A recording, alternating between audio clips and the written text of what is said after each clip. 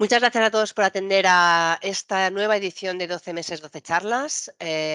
Sobre todo agradecer a las empresas colaboradoras que nos permiten tener residencias y poder disfrutar de hacer estos seminarios para todos, para que todo el mundo pueda aprender. Y nada, hoy os queríamos presentar las enteropatías crónicas en gatos. Entonces, si os parece, empezamos con este tema que es muy interesante, porque esta clínica digestiva que vemos en gatos es frecuente. ¿Quién no ha tenido en la consulta gatos que nos comentan los propietarios que tienen diarreas o que tienen vómitos? Y de hecho, incluso el no comer muy bien, tener hiporexia y perder peso es una causa común de consulta en nuestra clínica diaria.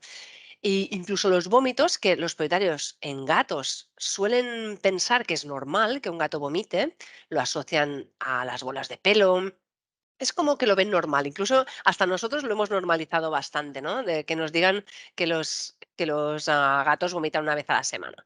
Y esto son signos digestivos que debemos tener en cuenta que podrían ser crónicos y que nos tienen que hacer pensar en investigar. ¿Cuándo decidimos investigar estos signos clínicos? Obviamente, en una situación aguda, dependiendo de la clínica, hay que ver qué pasa, pero es muy importante cuando esta clínica se mantiene en el tiempo que investigamos por qué pasa, por qué tiene las heces blandas, por qué vomita 2 veces por semana o una vez por semana. Esto siempre hay que investigar. Existen estas tablas de heces, que es sobre todo para perros, pero a veces es interesante enseñar estas tablas de heces a los propietarios porque a lo mejor una consistencia como el nivel 4, que es el que vemos marcado con una flecha, a los propietarios les parece normal y aunque sea unas heces formadas, están demasiado blandas y no son del todo normales y habría que investigar, ¿de acuerdo? O sea que también puede ser interesante enseñar estas tablas fecales. Un estudio que mostraba gatos ya diagnosticados de enfermedad intestinal inflamatoria crónica, se intentó ver qué clínica presentaron inicialmente. Y esto es interesante porque a veces la clínica es diferente que lo que vemos en perros, que en perros las enteropatías crónicas típicamente se manifiestan con diarreas muy profusas, ¿no? Y en gatos no es tan evidente. Muchos de estos pacientes diagnosticados con enfermedad inflamatoria intestinal crónica padecían de vómitos, que sí que algunos eran muy abundantes, pero otros eran 2 o 3 veces al mes, que son sutiles, son signos sutiles. Otros no tenían ni vómitos ni diarreas y solamente presentaban una pérdida de peso. A veces el colon es capaz de compensar el exceso de agua y las heces que salen son formadas, pero existe una mala absorción a nivel de intestino delgado, ¿no? Y pueden perder peso.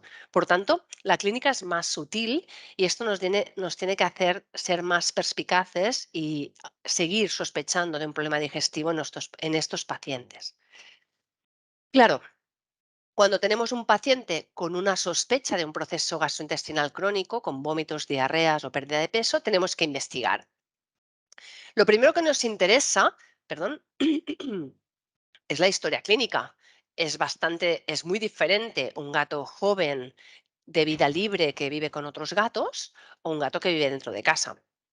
Obviamente la dieta, el ambiente en el que está, todo esto nos puede dar pistas hacia dónde enfocamos en nuestro caso.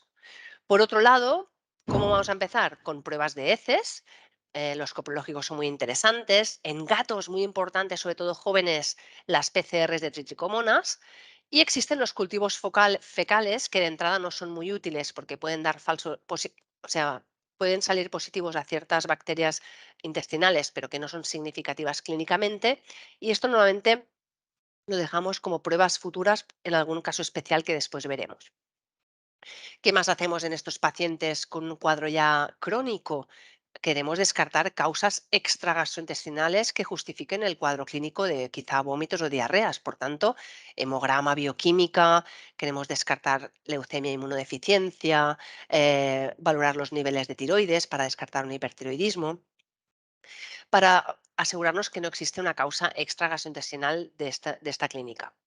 Por otro lado, también el siguiente paso será hacer pruebas funcionales gastrointestinales. Y esto es muy interesante, nos dan mucha información, que sería la TLI felina, la PLI felina, ácidos biliares, cobalamina y folatos. Y otra prueba en estos casos crónicos acabará siendo pues también las pruebas de imagen, ¿sí? Y así es como vamos haciendo el protocolo y en función de la gravedad del paciente iremos más rápido o menos rápido. ¿Qué es importante remarcar? Las diarreas en gatos jóvenes y sobre todo esta entidad que es la tritricomonas. Es verdad que la diarrea que provoca esta enfermedad es de intestino grueso y es muy evidente porque es mucosa, tienen tenesmo fecal y es muy típico de intestino grueso, que incluso, pero es crónica y muy pesada porque los gatos tienen mala calidad de vida, incluso de tanto tenesmo fecal podrían tener incluso prolapso del recto, ¿no? Lo vemos más a menudo en gatos jóvenes, sobre todo que vienen de criador, y es este tipo de diarrea de intestino grueso muy crónica. ¿Cómo vamos a diagnosticar esta enfermedad? Tenemos que hacer una PCR en heces. Es cierto que en el frotis fecal se podría ver, pero se puede confundir con giardia. Es mejor hacer una PCR fecal. Es una enfermedad que es autolimitante y normalmente cuando el gato pasa a ser adulto, pues puede ser que estas diarreas remitan. Pero estos pacientes pueden tener diarrea durante mucho tiempo, un año o más. Por tanto, es un poco pesado para el propietario. ¿Cómo tratamos estas diarreas? El manejo multifactorial puede ayudar mucho a controlar estas diarreas. ¿Y esto cómo se basa? Con el uso de probióticos, que es uno de los pocos casos en los que se ha visto que tiene una efectividad comprobada en gatos, los probióticos, con las diarreas por triticomona se ha visto que los probióticos pueden ayudar. Se pueden usar otros prebióticos también, pero probióticos es muy interesante. Y se puede usar psyllium como fibra soluble. Se dan dosis pequeñitas, una cucharadita de té, no de postre, sino de té por la mitad, mezclada con la comida, puede ayudar a dar consistencia a estas heces y a desinflamar la parte final del colon y el recto. Y después podemos ayudar con una dieta altamente digerible. La cobalamina solo en casos extremadamente crónicos puede tener sentido porque en una diarrea de intestino grueso no suele estar baja, ¿de acuerdo? Y el tratamiento indicado para triticómonas es el ronidazol, pero es difícil de encontrar, está fuera de prescripción médica y muchas veces es difícil de encontrar esta medicación. Por eso a veces usamos metronidazol, aunque quizá no es tan efectivo, puede reducir la clínica de estos casos.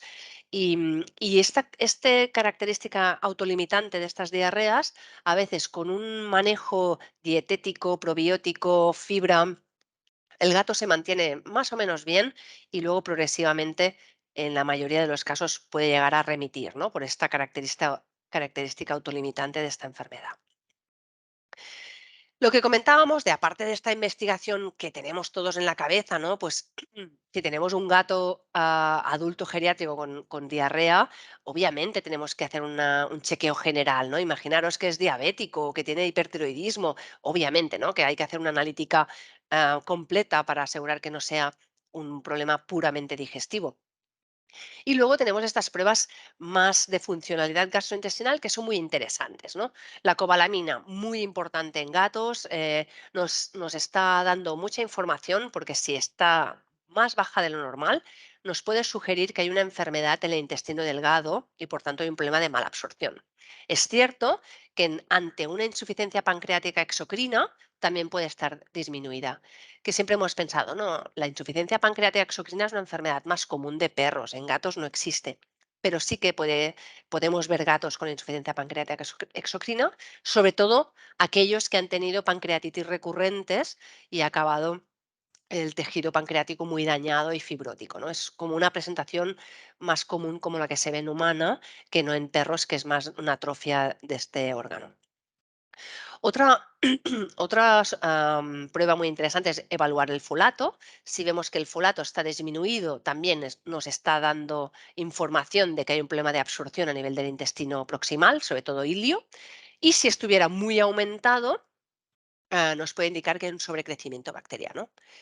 La PLI felina nos puede indicar si está elevada, que hay una pancreatitis. Obviamente hay que tener cuidado al evaluar esta prueba porque podríamos tener también un falso positivo, pero nos puede ayudar a ver si existe alguna comorbilidad, porque muchas veces tenemos pacientes con enteritis y también pancreatitis o colangitis, nos puede ayudar a afinar mejor el diagnóstico.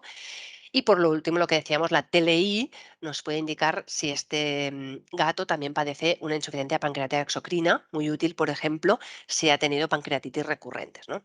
Pero la cobalamina quizás la estrella de las mediciones que sí que tendríamos que hacer en un gato con una enteropatía crónica, porque si está disminuida, a pesar de que tratemos la enfermedad, va a costar mucho que mejore, porque es esencial tanto la cobalamina como el folato para que se sintetice DNA. Entonces, los enterocitos se están dividiendo de una forma muy rápida, necesita un turnover muy continuo. Si no existe cobalamina y folato, esto no se puede regenerar. Por tanto, las vellosidades no se regenerarán. Hay que suplementar. Muy bien, y los gatos siempre complican un poco la clínica, ¿no? Porque no tienen enfermedades fáciles, siempre tienen un punto oculto. Y como se ve en este artículo, puede existir comorbilidades asociadas a las enteropatías, a veces incluso en animales asintomáticos puede padecer inflamación en estos tres órganos y la curiosidad y peculiaridad de esta especie, la felina, es que anatómicamente tanto el conducto pancreático, colédoco como intestino están íntimamente relacionados, tienen un intestino delgado más corto que los perros y con un aumento del recuento bacteriano. Por tanto, el riesgo de que exista alteración de los tres órganos y muchas veces asociado a bacterias, pues es importante y tenemos que tenerlo en cuenta. Sobre todo si vemos gatos con una enteropatía muy grave, el riesgo de que puedan padecer triaditis es más alto. Esto es lo que en este estudio observaron. ¿Qué más? El siguiente paso, aparte de las pruebas que hemos visto, analíticas, coprológico, historia clínica, sería la ecografía abdominal.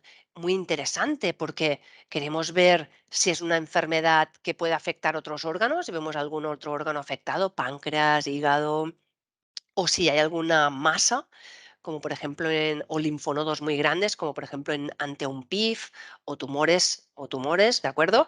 Por tanto, vamos a ver con la ecografía, ¿es una enfermedad focalizada? ¿Es una enfermedad difusa? ¿Hay otros órganos afectados? ¿Se pueden realizar punciones? Em, si tenemos que proseguir en el diagnóstico, ¿qué me va a interesar más? ¿Hacer una laparotomía y biopsias o hacer una endoscopia?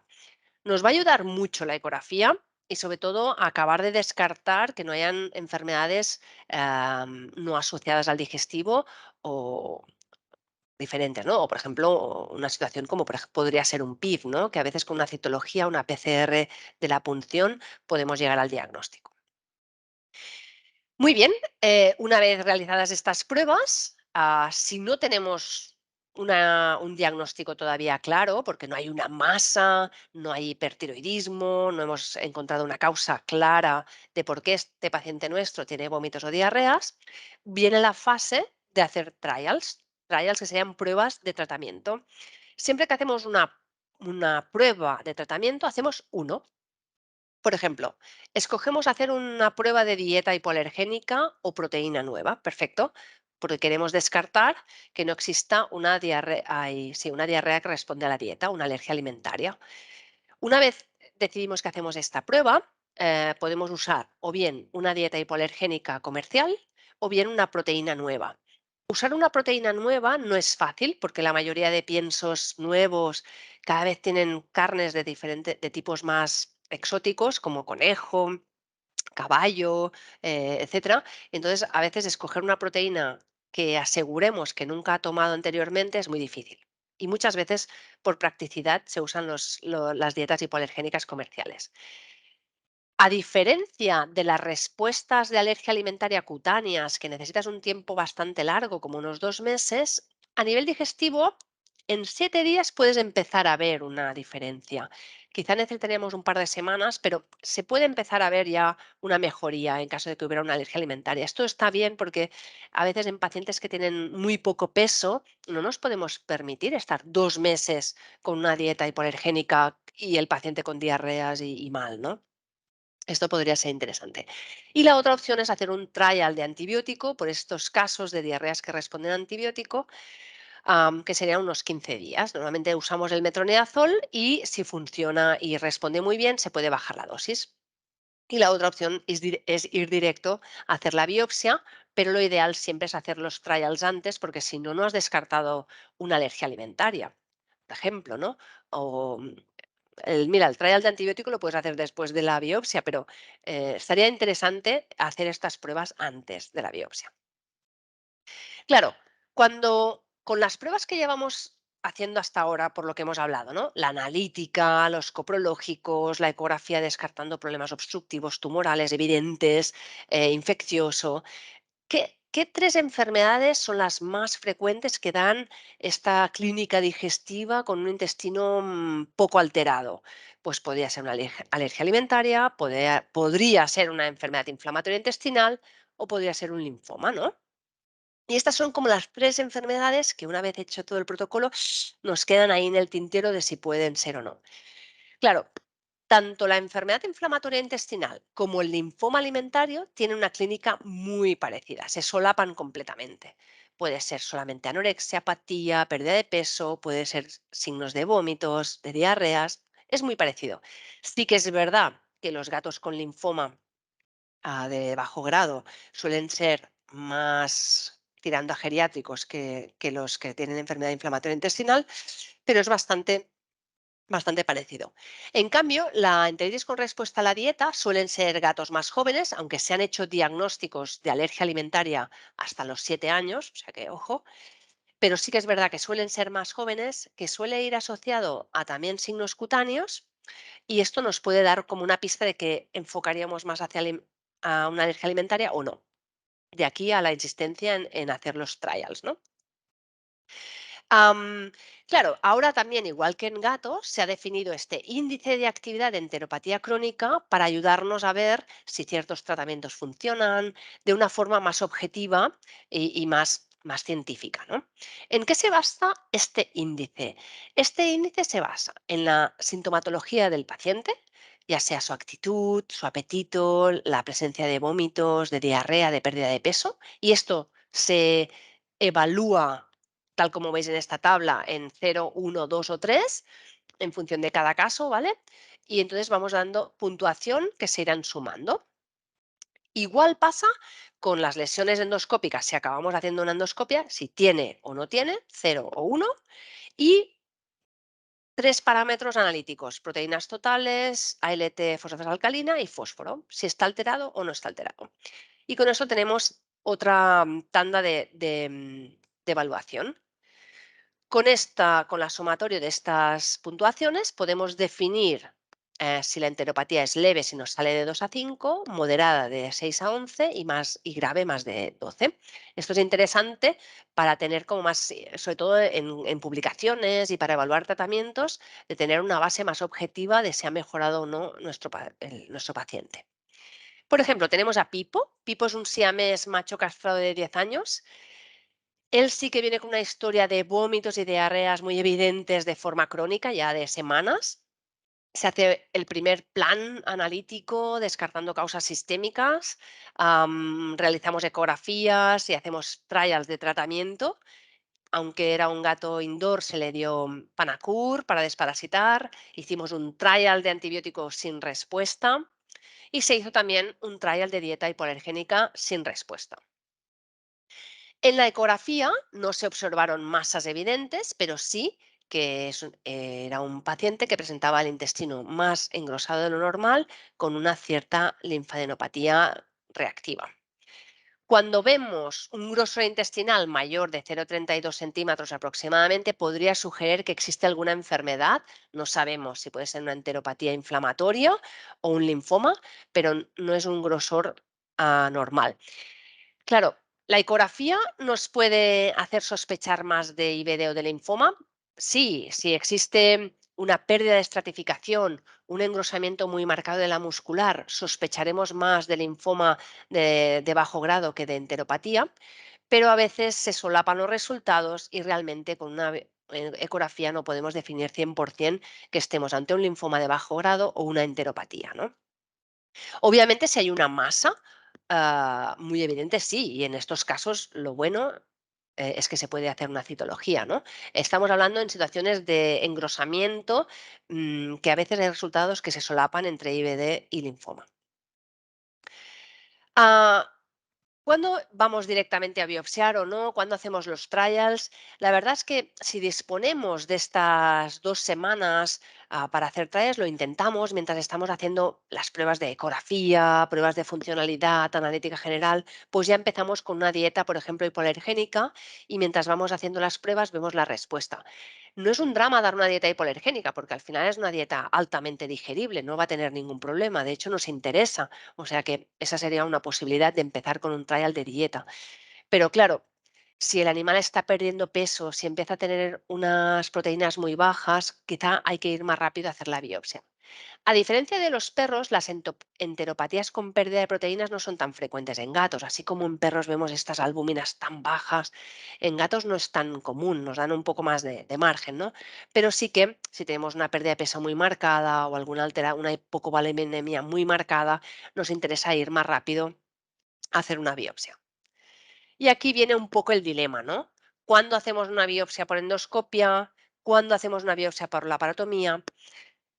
Y ahí hay un poco pros y contras de cada uno que ya más o menos sabemos, ¿no? Obviamente en una endoscopia es mucho menos agresiva, pero sí que es verdad que acabamos tomando una muestra de la mucosa, que sí que es la parte del intestino que suele estar más inflamada y más dañada que nos interesa ver, pero si por ejemplo en la ecografía había un engrosamiento muscular, es posible que nos perdamos la información de qué está infiltrando esta capa muscular, ¿no? En estos casos quizá nos interesaría más hacer una biopsia de todo el grosor. Y además, si vemos como una cobalamina muy baja, tenemos que asegurar que cogemos una muestra del ilion, que a veces en endoscopia no es tan fácil, se puede conseguir, pero no es tan fácil. Nos interesa tener una muestra de allí, ¿no? Por la parotomía tiene cosas buenas porque podemos coger muestras de páncreas, de hígado también, pero por la parotomía no vemos cómo está el intestino. Cogemos muestras un poco a ciegas porque ver la mucosa sí que nos va a definir dónde hay más eritema, si hay pequeñas úlceras, vamos a ir a biopsiar las zonas más inflamadas, pero por la serosa podemos no detectar ninguna alteración. Y muchas veces con las biopsias de todo el grosor acaban siendo unas biopsias un pelín triangulares y, no, y puede omitir parte de la mucosa, que es la que comentamos que nos interesa mucho ver. Entonces, tiene sus pros y sus contras y además se recuperan un pelín peor porque has hecho una cirugía, no puedes empezar con cortisona, por ejemplo, tan rápido porque necesitas que cicatrice. Tiene su pequeño riesgo también, ¿no? Pero obviamente nos da mucha información. En nuestro caso, Pipo, que tenía una enfermedad supuestamente infiltrativa en todo el intestino, decidimos hacer biopsias por endoscopia. En la endoscopia ya vemos una mucosa inflamada, edematosa, enrojecida y la biopsia nos mostró que había un infiltrado linfoplasmocitario muy evidente en todas las muestras, ¿no? En el caso de Pipo hicimos el índice de actividad de enteropatía crónica. A nivel de clínica, que presentaba vómitos y diarrea, tuvimos una puntuación de 7. A nivel de las lesiones y la alteración analítica, sumamos un 9 con todo. Por tanto, era perdón, un gato que tenía una enteropatía moderada clínicamente. Una vez ya obtuvimos las biopsias y viendo que había un infiltrado linfoplasmocitario, empezamos el tratamiento con prednisolona. Hay un error, perdón, 2 miligramos kilo al día y continuamos con la dieta hipoalergénica. 30 días después del tratamiento, volvemos a evaluar los signos gastrointestinales y las pruebas bioquímicas. Obviamente no realizamos endoscopia y el valor bajó de 9 a 3, observando una mejoría muy evidente con solo la prednisolona. Esto simplemente para deciros que este índice nos funciona en el sentido de que podemos evaluar respuestas de tratamiento evaluando una cosa objetiva que puede ser común para todos, ¿no? En este caso fue interesante ver cómo disminuía este índice de actividad de enteropatía crónica. Claro, la enfermedad inflamatoria intestinal, al final hay un componente inmunomediado muy potente, hay una respuesta exagerada a diferentes factores con los que puede tener en contacto la mucosa intestinal, ¿no? Ya puede ser la microbiota que vive en este intestino, la dieta que comen, etcétera. Entonces, el enfoque de tratar esta enfermedad es muy multifactorial. Entonces, queremos una dieta altamente digerible, queremos promover una microbiota más sana y queremos frenar esta respuesta inmunitaria. No siempre presentan vómitos y diarreas, que es lo que comentábamos, que no es tan evidente en muchos casos. Lo que es más común es que pierden peso. Sí que es verdad que los vómitos pueden existir también, pero la diarrea así profusa crónica, pues está en un 50-60% de los pacientes con enteropatía. Por tanto, hay que ampliar la mente en pensar en enteropatías en gatos con unos signos clínicos más amplios, no tan evidentes las diarreas. ¿Cómo tratamos estas enfermedades inflamatorias? De entrada, vamos a dar una dieta altamente digerible. Si se ha descartado la alergia alimentaria, pues puede ser una dieta simplemente muy digerible. Si no, se puede mantener una dieta hipoalergénica, que también cumple esta función. Se puede hacer un trial si no se ha hecho antes de antibiótico para asegurar que no responda. Y hay que suplementar con cobalamina en caso de que esté baja.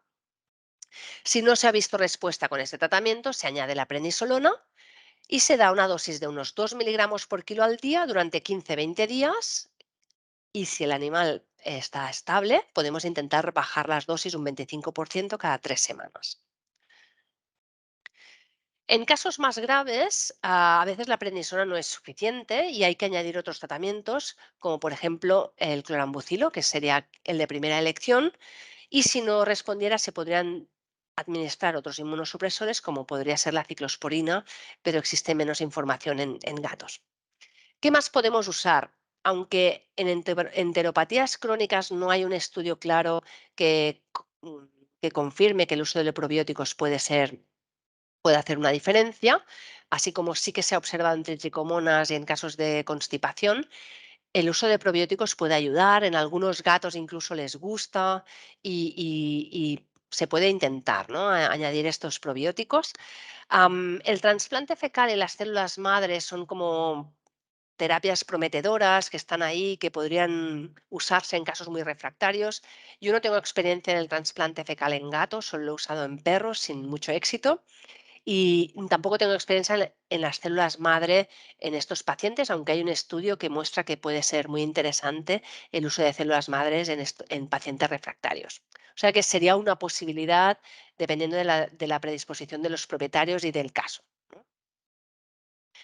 Claro, hacer la biopsia es muy interesante porque es verdad que la mayoría de enteropatías crónicas, o sea, dejando de lado los linfomas, suelen tener un infiltrado linfoplasmocitario, que es el que hemos visto en el caso descrito, y como vemos en la última tabla, pues este es un infiltrado linfoplasmocitario por una respuesta inmunitaria inapropiada que se suele tratar am, con prednisolona, más menos dieta, más menos modificación de la microbiota, con antibióticos y probióticos, ¿de acuerdo? Pero podemos tener otros tipos de infiltrados, como una enteritis eosinofílica. Aquí tenemos que tener en cuenta si se ha descartado 100% bien la alergia alimentaria y la presencia de parásitos. Si es así, puede tratarse también de una enteritis inflamatoria y que también puede necesitar un tratamiento con prednisona. Otro tipo de enfermedad infiltrativa intestinal podría ser una enteritis neutrofílica o histocítica. Aquí hay que asegurarse que no existe un componente infeccioso.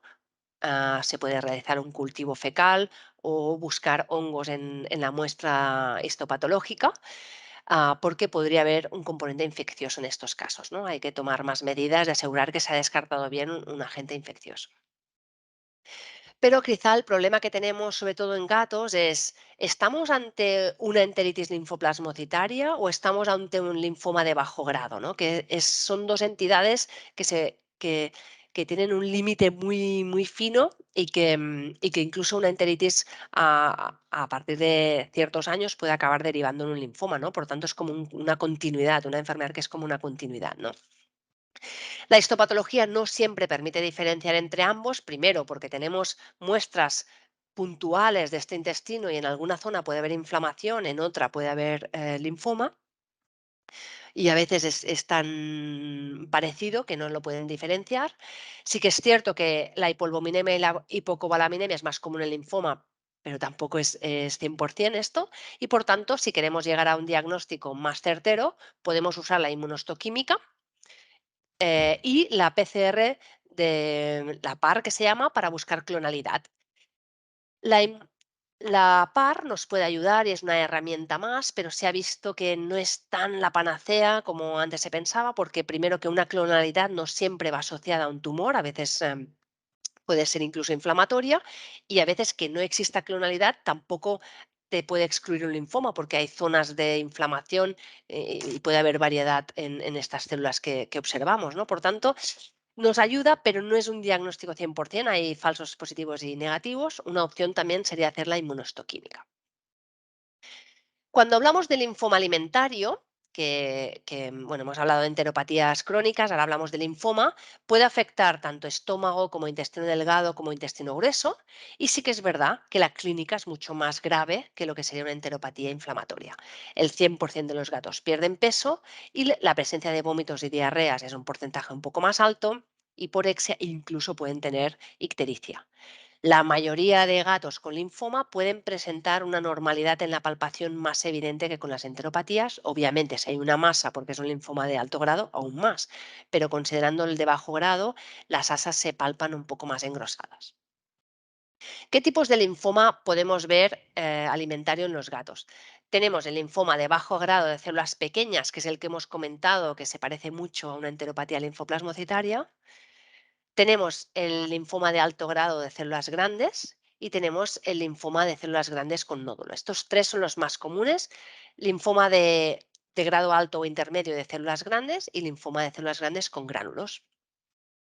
El linfoma de bajo grado o de células pequeñas suele ser leucemia negativo y lo que comentábamos, es muy parecido a una enteropatía inflamatoria, hay un engrosamiento difuso de las masas, puede haber cierta de las asas intestinales, puede haber cierta linfadenomegalia, pero es difícil de diferenciar con una enteropatía. Hay que hacer una biopsia, muchas veces hay que hacer inmunohistoquímica o PAR, y cuando se diagnostica, pues dentro de los linfomas es el que tiene mejor pronóstico. Pueden llegar a vivir más de un año y el tratamiento suele ser prednisona y clorambucilo. Si la respuesta que se observa más o menos a los 3 meses de empezar el tratamiento es buena, el pronóstico puede ser realmente bueno y la supervivencia larga. Los linfomas de células grandes, ya sea em, con gránulos o no, tienen peor pronóstico. Son ambos unos linfomas que se presentan normalmente con masas. Es mucho más agresivo, la clínica es más, más grave. El tratamiento ya no es un tratamiento, bueno, se tiene que diagnosticar mediante citología o biopsia, y el tratamiento se basa en una quimioterapia intravenosa. Los linfomas de células grandes tienen un pronóstico de vida no muy alto, dependiendo de la respuesta inicial al tratamiento, pero pueden llegar a vivir un año, un poco más de un año, si responden bien. Y los que responden peor son los que presentan gránulos, que se ha visto una supervivencia muy baja de menos de un mes, aunque ahora se ha descrito algún caso que pueden llegar a vivir 3, 4 meses. En la ecografía ya podemos ver diferencias. Si vemos masas, una estructura intestinal totalmente perdida, es muy sugerente de que no estemos hablando de un linfoma de bajo grado, sino un linfoma de alto grado u otro tipo de tumor. Por ejemplo, vimos a Bigotes. Bigotes es un gatito de 10 años macho castrado, vino con una historia de vómitos y diarreas, en este caso no muy larga, de unos 10 días, pero había perdido mucho peso y estaba totalmente apático. En la palpación abdominal ya se notaban unos intestinos más engrosados de lo normal y detectamos masas que no sabíamos si estaban relacionados con el intestino o no.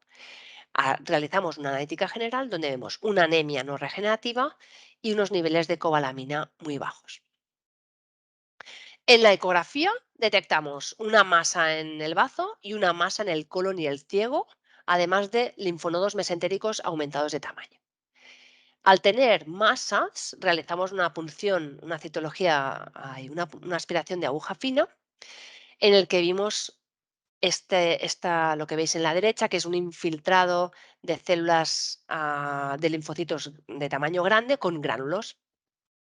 En este momento empezamos el tratamiento con cortisona, pero los propietarios no quisieron hacer quimioterapia y la verdad es que es un gatito que vivió muy poco tiempo, ¿no? ¿Qué pasa con el linfoma de células pequeñas? que es mejor, tiene una clínica progresiva, menos grave, es una enfermedad difusa, es difícil de diagnosticar y necesitamos una biopsia, pero el pronóstico es mejor. ¿Qué pasa con el linfoma de células grandes? Los signos clínicos son más agresivos, puede existir ictericia, normalmente en la palpación ya vemos que hay masas, que hay un engrosamiento mucho más marcado de intestinos.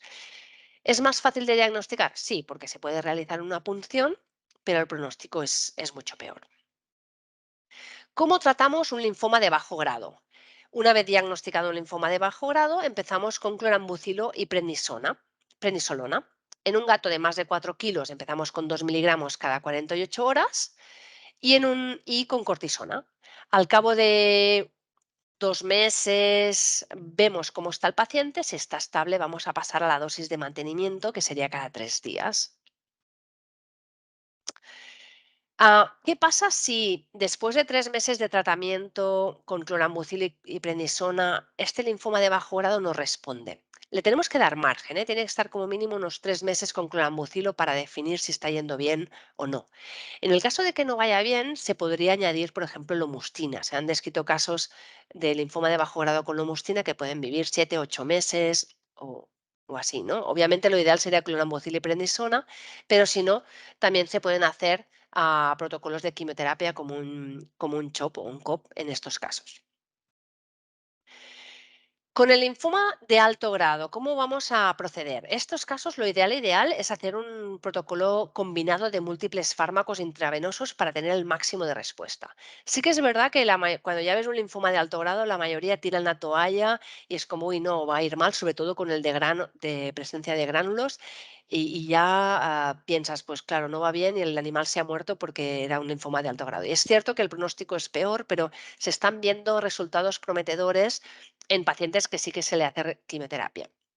Entonces, dependiendo de si existe obstrucción o no, pero se puede tratar con quimioterapia intravenosa, llegando a obtener resultados de linfoma de alto grado de hasta 20 meses. Por tanto, es una posibilidad.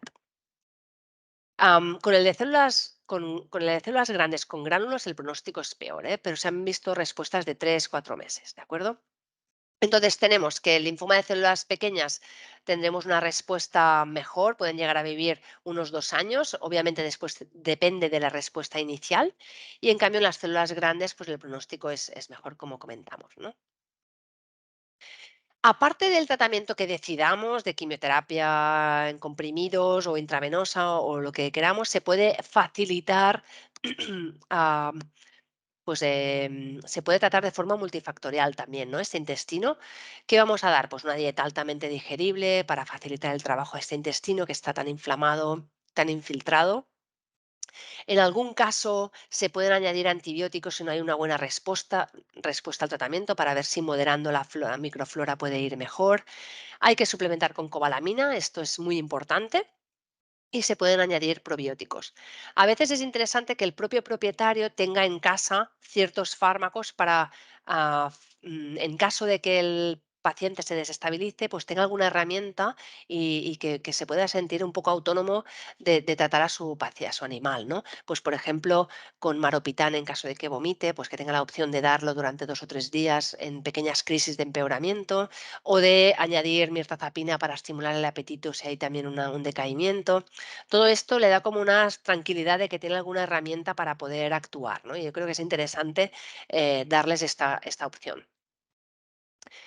Y bueno, como conclusión de la charla de hoy, deciros que las enteropatías crónicas pueden manifestarse con una sintomatología más sutil de lo que pensamos inicialmente, que a veces es simplemente una pérdida de peso que debemos darle importancia y que incluso en los vómitos, que a veces pueden ser tan poco frecuentes como 2 veces o 3 al mes, si se asocian incluso con pérdida de peso, hay que darles importancia, ¿no? Porque pueden ser un signo inicial de enteropatía crónica. Muy importante evaluar la cobalamina y el folato en estas enfermedades, porque suplementarla es básico para que se regeneren estos enterocitos. Después, que el linfoma de bajo grado de células pequeñas tiene un comportamiento muy parecido a la enteropatía a la enteritis linfoplasmocitaria y que tiene una mayor supervivencia que los linfomas de células grandes.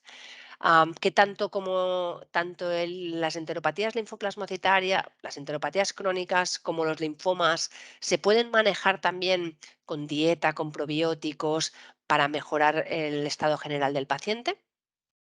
Que no nos tiene que dar miedo hacer quimioterapia en gatos, que la pueden tolerar bien. Tenemos que conocer los efectos secundarios de estos productos, pero en la mayoría de casos puede ser muy recomendable usarlo, por tanto que no nos tiene que dar miedo y que tenemos que ayudar a dar la mejor calidad de vida a estos pacientes que tienen enteropatía, facilitándoles el cuidado a los propietarios para que se sientan bien, que lo están ayudando al máximo, pues con productos como para que no vomiten y para reducir la molestia abdominal, como el maropitán, estimular el apetito, etcétera, ¿de acuerdo? Bueno, con esto acabamos la charla. Os doy las gracias por estar aquí, por escucharme, sobre todo a las empresas que nos han asesorado, ayudado.